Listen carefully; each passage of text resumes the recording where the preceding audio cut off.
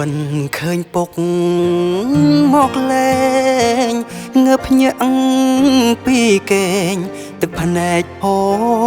រមិនដឹងខ្លួនកូននឹកពុកណាស់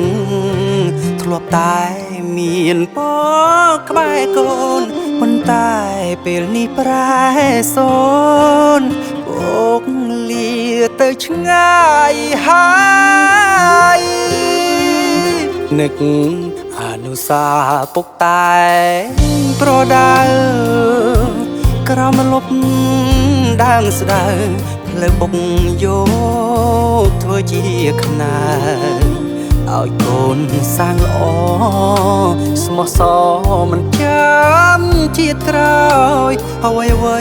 ហួសពេលអស់ហើ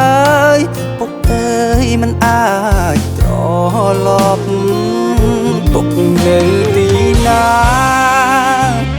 កូននឹកពុកណាចង់មានឱកាសអពុកជាលើកចុងក្រោយសំឡឹងរូបថតឃើញពុកបានតបកូនឡើយពុកតែចិត្តលាកូនហើយគ្មានថ្ងៃជួបជុំគ្រួសារពុកកុំបារម្ភគិតពីកូនអីធ្វើមិនដេចនិស័យរត់ពុកពីលោកាលើកដៃបន់ព្រះសូមពោសពសាធុការផុតទុកក្នុងវដ្តសង្សា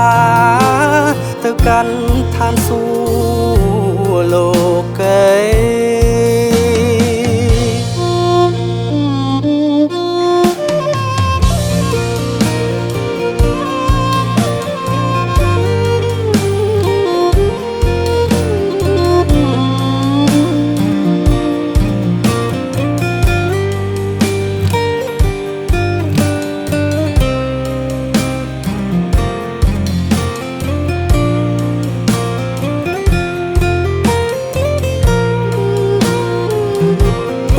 នៅទីណាកូននឹកពុកណាចង់មានឱកាសអពុកជាលើកចុងក្រោយ